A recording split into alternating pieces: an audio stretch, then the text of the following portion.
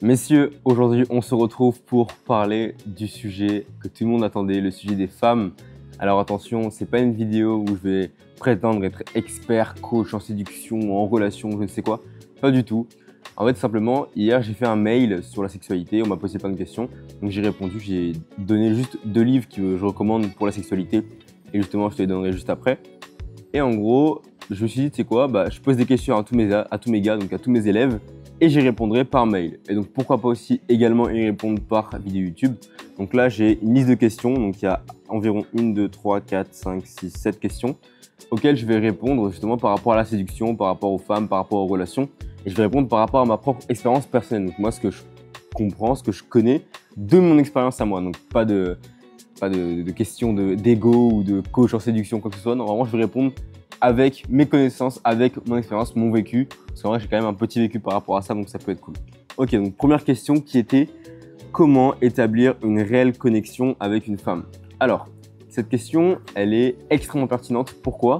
Parce que souvent, le problème de la plupart des mecs, c'est qu'ils vont parler avec une femme et puis ils vont pas réussir à connecter avec elle. Ils vont pas réussir à la faire rire, ils vont pas réussir à comprendre qui elle est, ils vont pas réussir à creuser dans sa personne et à la faire se dévoiler. Parce qu'en général, quand tu rencontres une femme, tu la connais pas, elle te connaît pas, donc il y a des espèces de barrières, il y a des espèces de couches qui vous recouvrent pour faire en sorte que, justement, il y a quand même une sécurité et c'est justement humain. Donc là, tu te dis comment créer une vraie connexion avec une femme. Et en fait, la question que tu dois te poser, c'est pas ça. C'est pas ça la vraie question. La vraie question, c'est comment toi être intéressé par cette femme.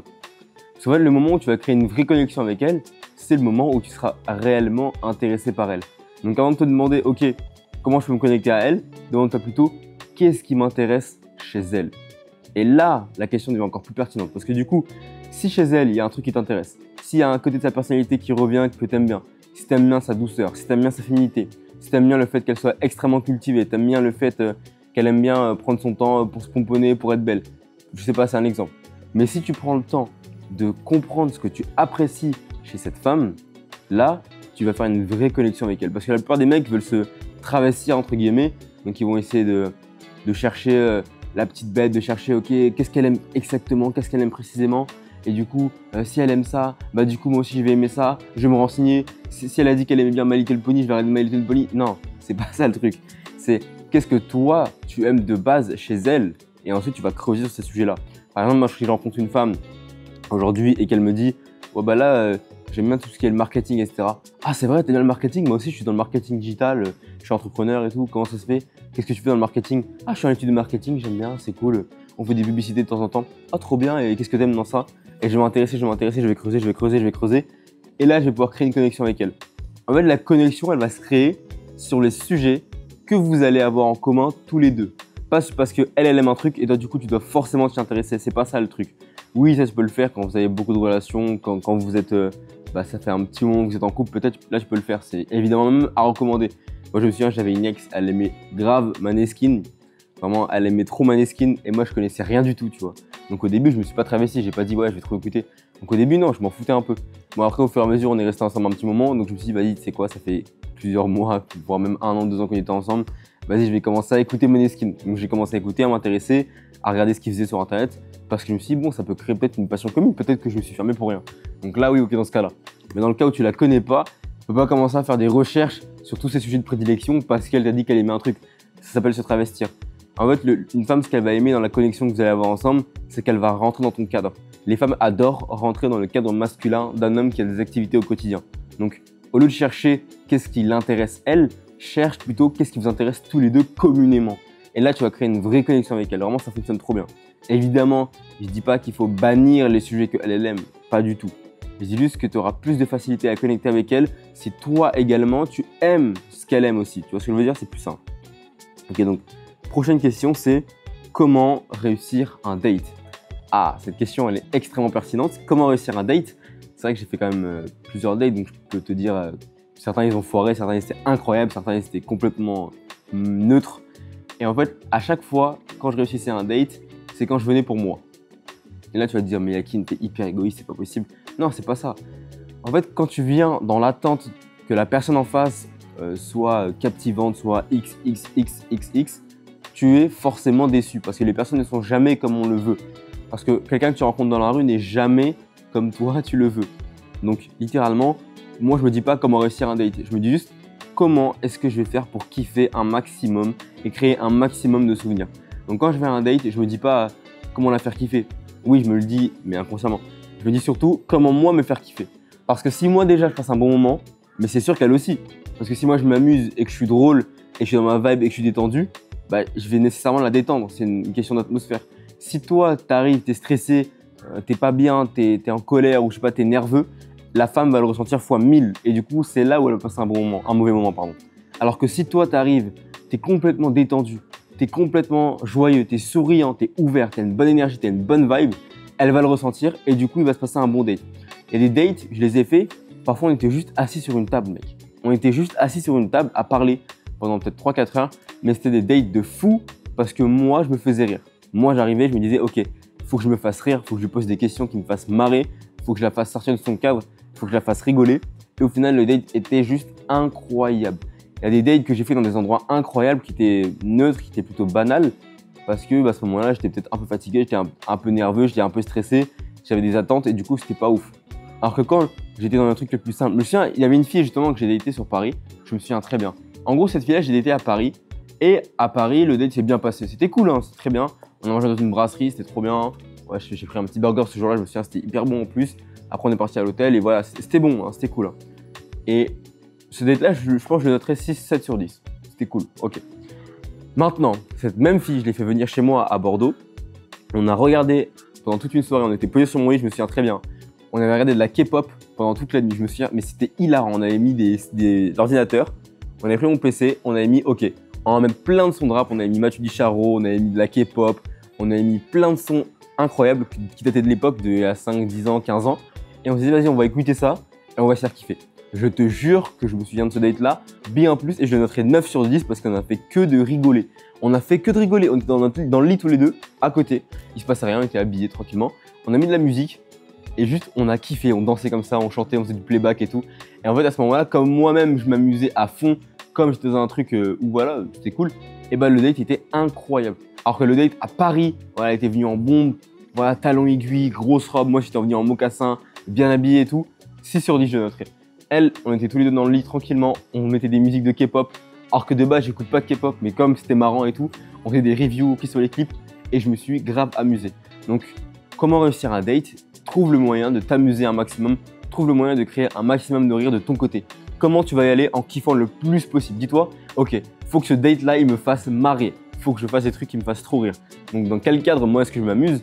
Et si toi tu t'amuses, elle va s'amuser aussi, c'est certain. Parce qu'en fait, tu seras fun. Et si tu es fun, elle va le ressentir, elle va le vivre, elle va l'expérimenter. Et donc vraiment, pour te raconter l'expérience, c'est que vraiment, il y a des dates que j'ai fait dans des endroits miteux, des dates vraiment à des endroits où il n'y avait pas du tout de valeur. Mais comme moi, je passais un bon moment, il y avait une valeur incroyable sur le date. Donc, retiens ça, fais-toi kiffer en premier lieu.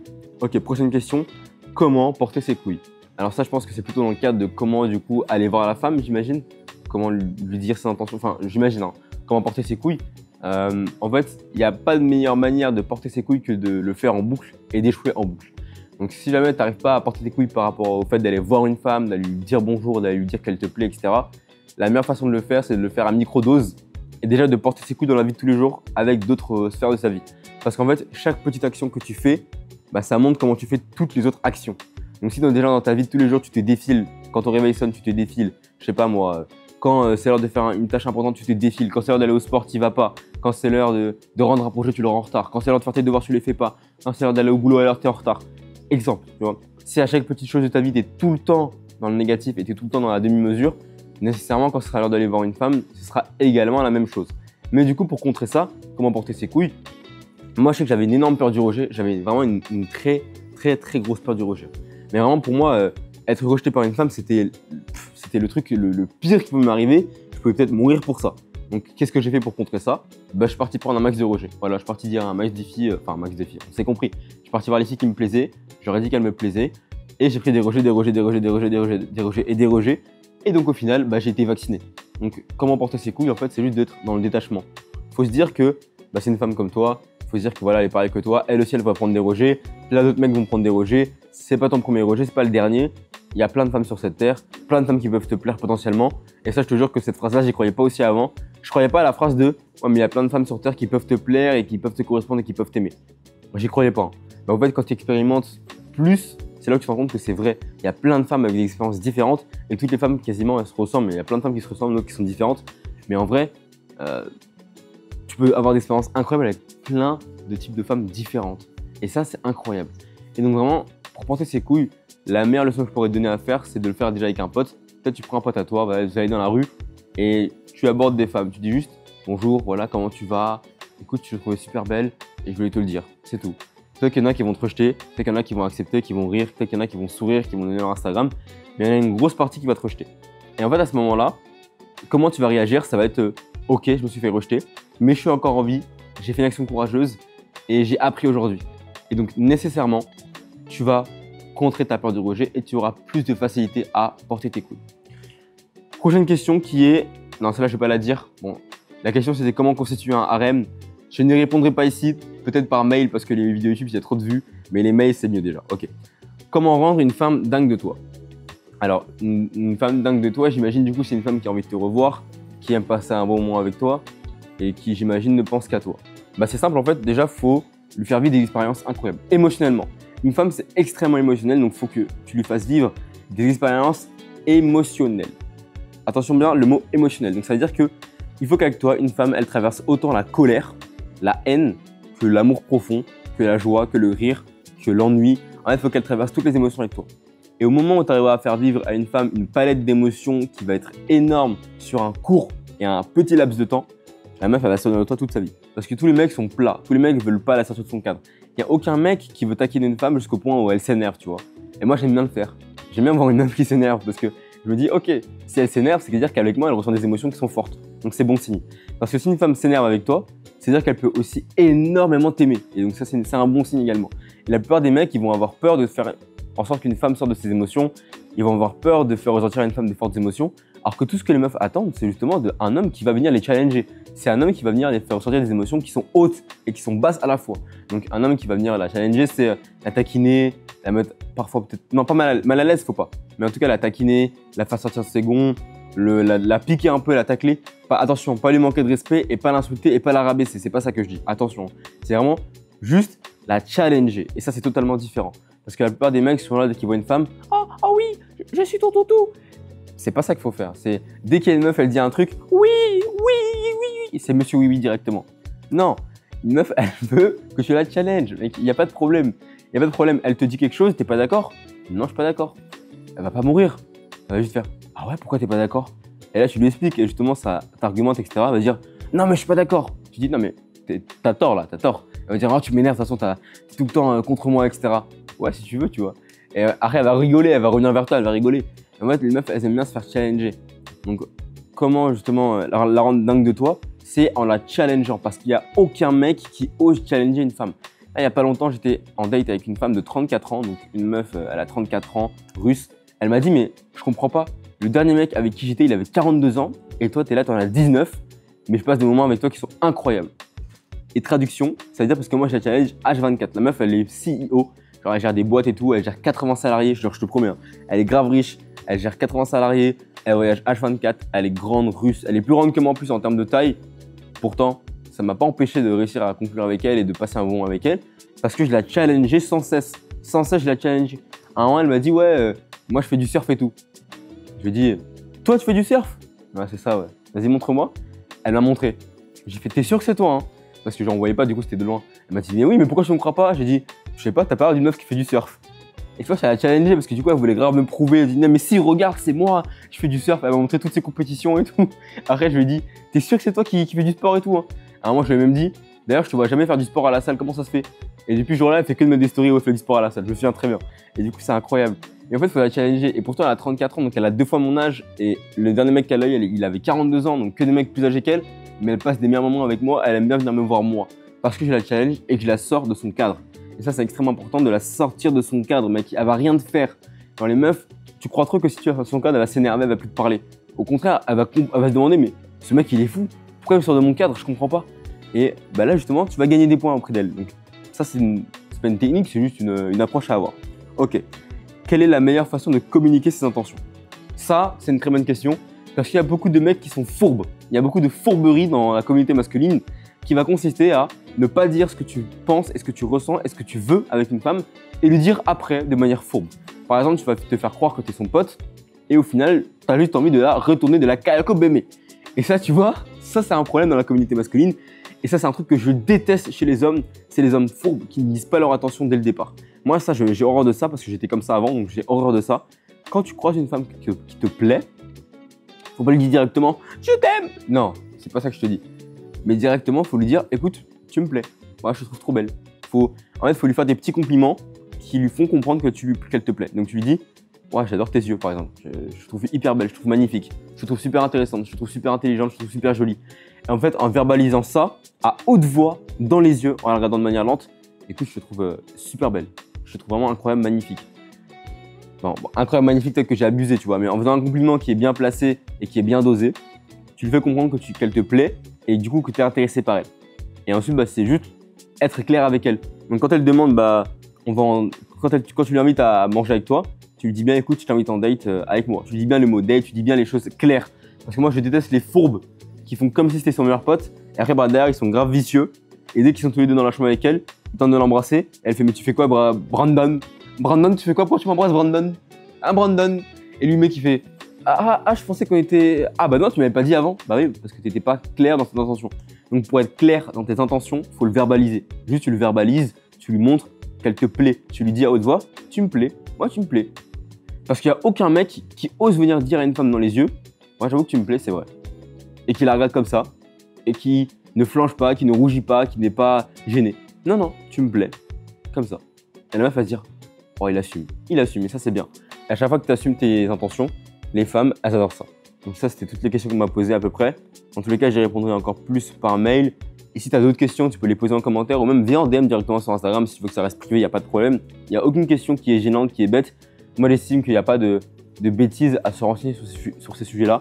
Et justement, je préfère un mec qui n'a pas d'ego et qui dissout son ego en posant des questions sur la séduction plutôt qu'un mec qui fait croire qu'il sait tout et qu'au final, voilà, le soir, il va sur Pornhub. On vous reconnaît, les gars. Donc, évitez la fourberie. Venez en DM, posez vos questions, expérimentez les gars, dans tous les cas on est jeunes, on a plein de temps d'expérimenter. Respectez les femmes, évidemment les gars, les femmes c'est un joyau, c'est un bijou. Moi j'adore les femmes, je les respecte, je les chouchoute. Voilà, vous respectez les femmes, on ne les insulte pas, on ne va pas dire que c'est des salopes ou je sais pas quoi. Non, toutes les femmes les gars, elles méritent d'être respectées. Bon, sauf celles qui font du OF, mais même encore elles, tu vois, il y a une possibilité d'être respectée encore une fois.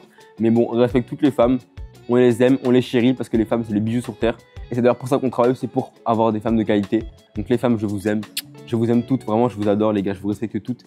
Et je vous respecte toutes à la juste valeur. Ciao, peace. Il y a un lien dans la description si tu veux qu'on travaille ensemble. Ciao, bisous.